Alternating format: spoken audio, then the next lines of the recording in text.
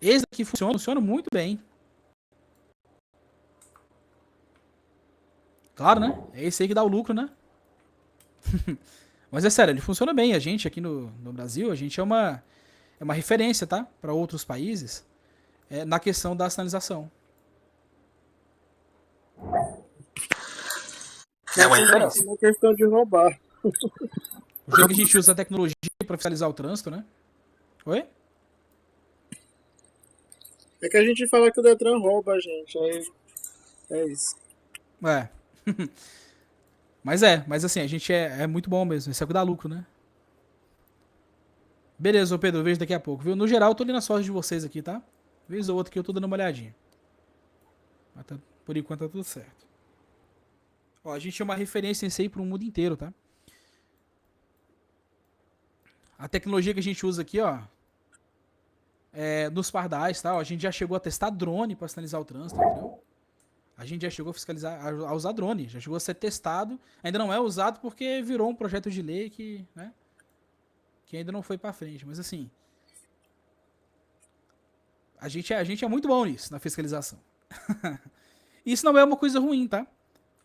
Não é pra ser uma coisa ruim, pelo menos. A gente tem um trânsito bem fiscalizado, isso garante que a sinalização tá, as leis de trânsito estão sendo obedecidas, né? Então, no geral, isso é uma coisa boa. Sim, mas O aí já vem problema. aquela velha que eu tava falando da questão da educação também do trânsito, né? Sim, o governo rouba legal em questão da fiscalização. Pode ser que isso esteja acontecendo, sim, com certeza. Mas aí vem a questão da educação também de trânsito, né? Que muitos, É, igual você falou, não vem lá de baixo já com a educação certa para agir de maneira correta nas rodovias, né? exatamente. Ó, isso que o César matou a charada, viu? O César matou a charada. É isso aí. O problema. O problema. A fiscalização ser algo muito bom e a educação, principalmente, ser algo muito ruim é o que causa o problema no trânsito. É isso aí, ó. É a diferença desses dois aqui, ó. Que causa a diferença. É isso aqui. Sabe por quê? Olha só. Vou tirar isso aqui. Vamos pegar aqui, ó. Duas pessoas que precisam de exemplo. Tem que ser duas mulheres, né? Vamos usar o exemplo de mães aqui, ó. Deixa eu ver duas aqui que estão perto uma da outra. Que aí dá pra. Que fica mais fácil. Deixa eu ver duas que tem um nome também um pouquinho diferente. Ó, vamos usar essas duas aqui. Não tá aparecendo na foto, mas dá pra usar. Que é a Letícia e a Maria. São dois nomes fáceis, né? Dois nomes fáceis de aprender. Dois nomes fáceis de escrever, inclusive. Vamos imaginar ó, que tanto a Letícia ali, ó, quanto a Maria tem filhos da mesma idade. Vamos supor que tem ali filhos ali de, sei lá, de 3 anos de idade. Sabe aquela idade que a criança tá começando a aprender as coisas? Tá começando a aprender o que é certo e o que é errado. Você tá começando a dar um pouquinho de liberdade, você tá deixando seu filho de um pouquinho sozinho. Sabe? Tá aprendendo a se virar, né? Tá começando a aprender o que pode e o que não pode fazer. Pronto. São filhos dessa idade, mais ou menos uns 3 anos ali. As duas têm filhos dessa idade, só que elas ensinam os filhos de forma diferente. Como assim? Ó, a Letícia é aquela mãe que conversa. Que conversa primeiro, que avisa. E aí depois, se o filho desobedece, ela dá alguma punição, dá uma, não, uma chinelada, alguma coisa ali. Mas primeiro ela conversa. Então ela chega no filho dela e explica, né? Falou, ó, meu filho, você não pode chegar perto do fogão, porque o fogão é muito quente. Se você encostar o seu dedinho lá, você vai fazer um dodói muito feio. Sua mãe vai ficar muito triste, vai ficar muito preocupada de ter que ir pro hospital. Então não encosta seu dedinho no fogão, viu? Senão você vai fazer um dodói. É isso. Se o filho desobedecer e ficar mexendo no fogão, ela dá um castigo, bota de castigo, dá uma chinelada, faz alguma coisa ali. Mas primeiro ela explica. Certo? É assim que a Letícia educa o filho dela. Agora, a Maria aqui, né? Com a Maria, o negócio é diferente, viu? Cadê nesse que eu quero abrir, não? Com a Maria, o buraco é mais embaixo, viu? Com a Maria, ou o moleque aprende, ou o moleque aprende. É mamãe no estilo Rochelle, né? Como alguns diriam, mamãe raiz. Ela vira pro filho dela e fala: ó, aqui, ó, seu moleque, se eu virar as costas e sonhar que tu chegou perto do fogão, eu vou te deixar mar quebrado que é arroz de terceira, viu? Deixa eu sonhar que tu mexeu no fogão pra tu ver. Com a Maria é desse jeito, velho. É na taca. Ou ele aprende, não tem segunda opção. A chinela canta, né?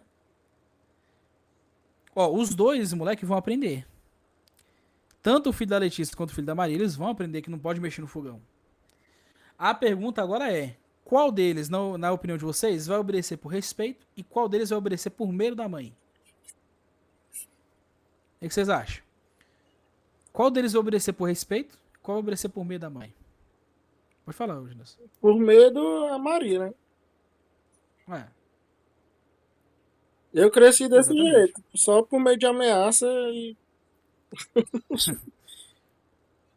Eu acho que o pessoal assim da minha idade, mais ou menos, que a maioria deve ter crescido desse jeito, né? Com essa idade, Eu, professor. eu tenho 20, fiz 27 pouco tempo atrás. Mas, oxe, minha idade. E eu faço É, 28 então, amanhã. olha aí. Então pronto, a gente tem um aninho de diferença, né? Eu fiz 27 tem um mês. Um mês e pouquinho. Um aninho de diferença.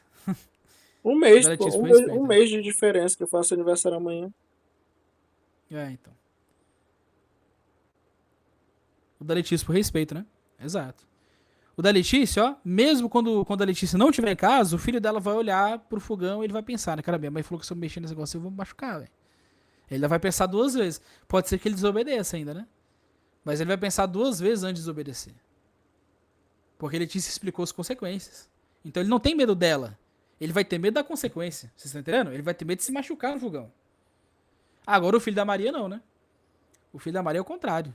Ele vai ter medo da mãe. Na cabeça dele, não tem problema ele mexer no fogão. O problema é ele mexer no fogão e a mãe dele ver, não é? E aí isso cria um problema, porque quando a Maria não estiver em casa e o filho dela estiver sozinho lá, o que, que o moleque vai pensar? Caramba, minha mãe não tá aqui, né? Agora é a hora, ó. Ele vai lá mexer no fogão. A primeira coisa que vai fazer. Ele vai lá mexer no fogão. Fala se não é. Todo mundo aqui já foi criança, pô. Quando a mãe fala alguma coisa assim, né? Eu não quero nem sonhar que você mexeu em tal coisa. Quando a nossa mãe tá em casa, a primeira coisa que a gente faz é mexer, pô. Né? Porque a consequência é só levar uma taca. A gente não entende as reais consequências. Tá, professor, o que isso tem a ver com trânsito? O que isso tem a ver com trânsito? Ó, a nossa mãe no trânsito não é uma mãe que nem a Letícia que explica a gente não, viu? É uma mãe que nem a Maria. No trânsito, o governo ensina a gente que nem a Maria. O governo não chega pra você e fala assim, ó, não anda sem o cinto, porque sem o cinto as chances de você sobreviver são muito menores. Ele explica pra você que, ó, estatisticamente falando, você sem o cinto de segurança tem 90% de chance de sobreviver num acidente grave. O governo não te explica isso. O governo fala o quê? Se você tiver sem o cinto e eu ver, eu vou tirar cada tostão que tem no teu bolso, viu? Vai ser multa, até dizer, chega, deixa eu ver tu andando sem o cinto pra você ver. Você tá entendendo a lógica? O governo não chega pra você e te explica por que existe um limite de velocidade na via. Ele não chega pra você, no nosso caso, né? Ele não explica pra gente que, ó, você tem que andar 60 por hora na BR. Não é porque você é um motorista ruim que você vai perder o controle, não é isso. Eu sei que você consegue dirigir mais rápido. Você tem que andar 60 por hora, porque se um pedestre que está andando tropeçar, você não consegue frear. O seu tempo de frenagem, 80 por hora, aumenta muito do que uma pessoa 60. Não, o governo não te explica isso, né? O governo não te explica por que ele bota o limite de velocidade. O governo fala que se você andar acima da velocidade, ele vem, ele vai tirar teu carro. Ele vai tirar dinheiro, vai tirar teu carro, você tá entendendo? A internet caiu e voltou. Importante que voltou, né, mano? Então sai e volta. Pois é, veio a internet de vocês, né? Vê se tá conectado no Wi-Fi certinho. Mas ó, vocês entenderam um ponto, né? A gente aprende a obedecer com medo de ser punido, de levar uma multa. A gente não aprende a obedecer por causa das consequências. E aí isso cria um problema muito grande no trânsito. Então o desequilíbrio entre esses dois aqui era muito perigoso. A gente não ter a educação, mas ter uma fiscalização muito firme, isso é muito perigoso. E tá, aí como que isso influencia no trânsito? O cara dirige nem doido. 100 por hora, 120. Aí tem um pardal lá na frente, o que ele faz? Ele reduz, né? Diminui a velocidade, entra bem devagarzinho, anda até abaixo do que pede a velocidade máxima, né? Da pista. Porque o medo dele não é perder o controle do carro, não é nada disso. O medo dele é levar uma multa. Entenderam? Isso cria um problema muito grande no trânsito. Muito grande. É igualmente esse. Eu vi um boato, né? Que vai ter uns pardais que vai ter tempo de um pardal pro outro, né? Isso aí. Sim. Muita gente vai perder carro aí frequentemente, né? Só que aí que tá, né? Isso aí vai até resolver naquele lugar, né? Tipo assim, ó, naquele lugar que tem esse pardal aí, ele vai resolver. Mas aí o resto das outras pistas que não tem? Sim, aí vem a questão que você está falando, pelo medo, né? Não vai ser pela educação, vai ser o medo de perder os bens que tem. Exato. E aí não resolve. Não resolve. Porque não tem como colocar isso em todas as pistas, né? Não tem como medir a velocidade da pessoa na pista inteira. Vai ter momentos que não vai ter ninguém olhando, não vai ter um carro da polícia, não vai ter um pardal, e a pessoa vai estar andando acima da velocidade, correndo risco do mesmo jeito. Né? Então, assim, o problema no trânsito é muito mais sério do que só finalizar, do que só sinalizar mais, né? Do que só ter mais policial, do que ter mais pardal. O problema é muito maior do que isso, né? O problema é muito maior do que isso. O problema no trânsito é na base, na educação. É por isso que eu falo, né? O que resolveria o problema no trânsito seria investir no colégio, na educação no colégio. Você tem que fazer os moleques, né, aprenderem ali sobre trânsito no colégio. Já crescer entendendo o que ele está fazendo de errado, né? Só que, ó, aí vem uma coisa, né? Vocês, até então, vocês não sabem de nada disso. Então vocês eram uma vítima do sistema, né? Vocês não conhecem os direitos e deveres de vocês porque o sistema ensinou.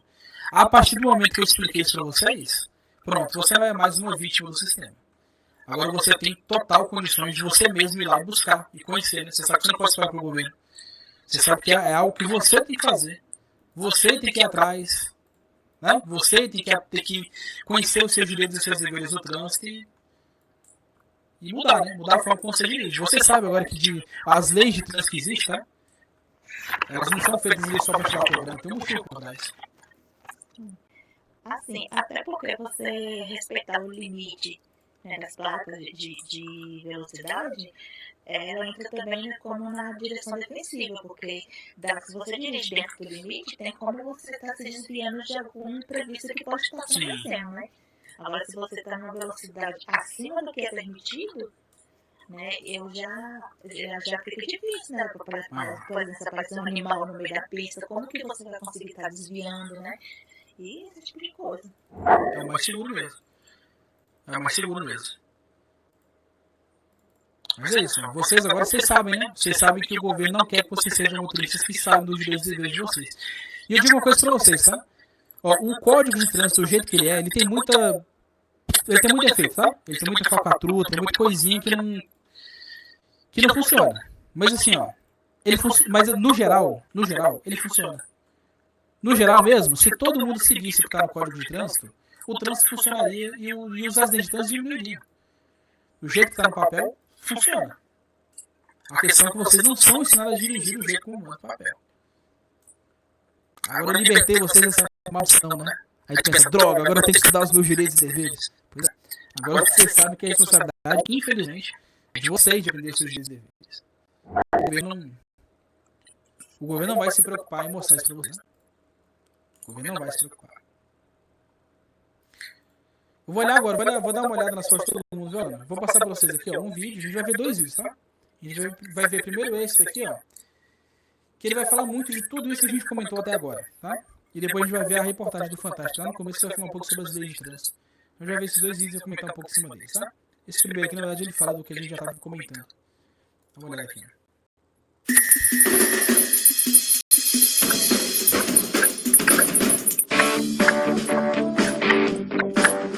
Vamos ver o que a gente encontra aqui nesse trânsito louco da cidade.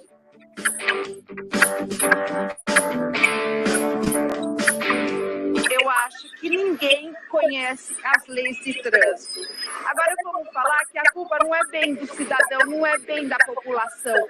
É uma falta de educação de trânsito que existe no povo brasileiro. Mas espécie no trânsito primeira coisa, pessoas buzinarem atrás da gente.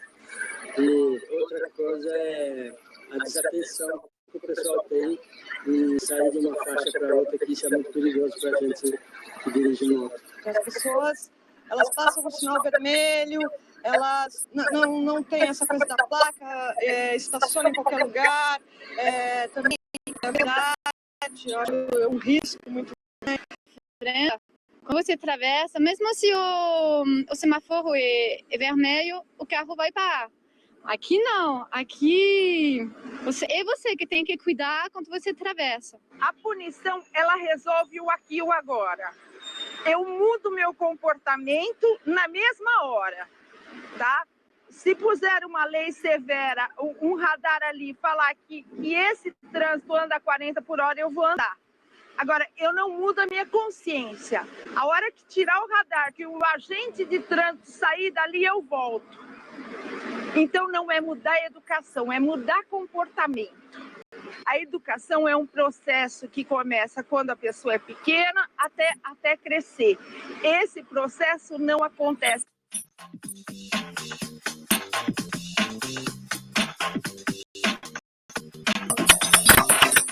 Então,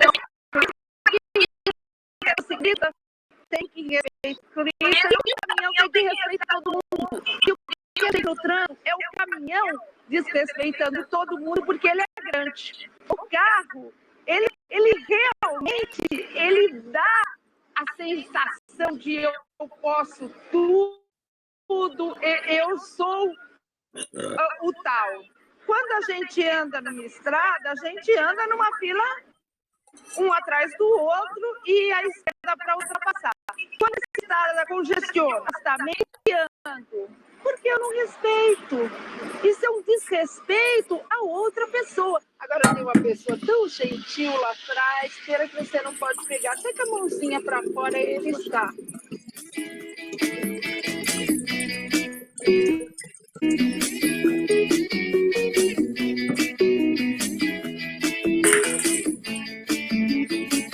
Eu acho que as pessoas têm que colaborar ao sair da garagem, né? O outro tem que ter a paciência para isso. Esperar que o cara saia da garagem, porque amanhã vai ser eu, ou ele vai entrar, ele vai estacionar e tal. Todo mundo precisava aprender essa palavra no trânsito, ser cordial, deixar o outro passar, deixar o pedestre ter a prioridade, não revidar uma agressividade. Então, a cordialidade no trânsito é tão bonita, é tão bom quando você entra num táxi e esse táxi está todo relaxado. Pois não, passa, não, pode entrar na minha frente. Então, é treinar a cordialidade.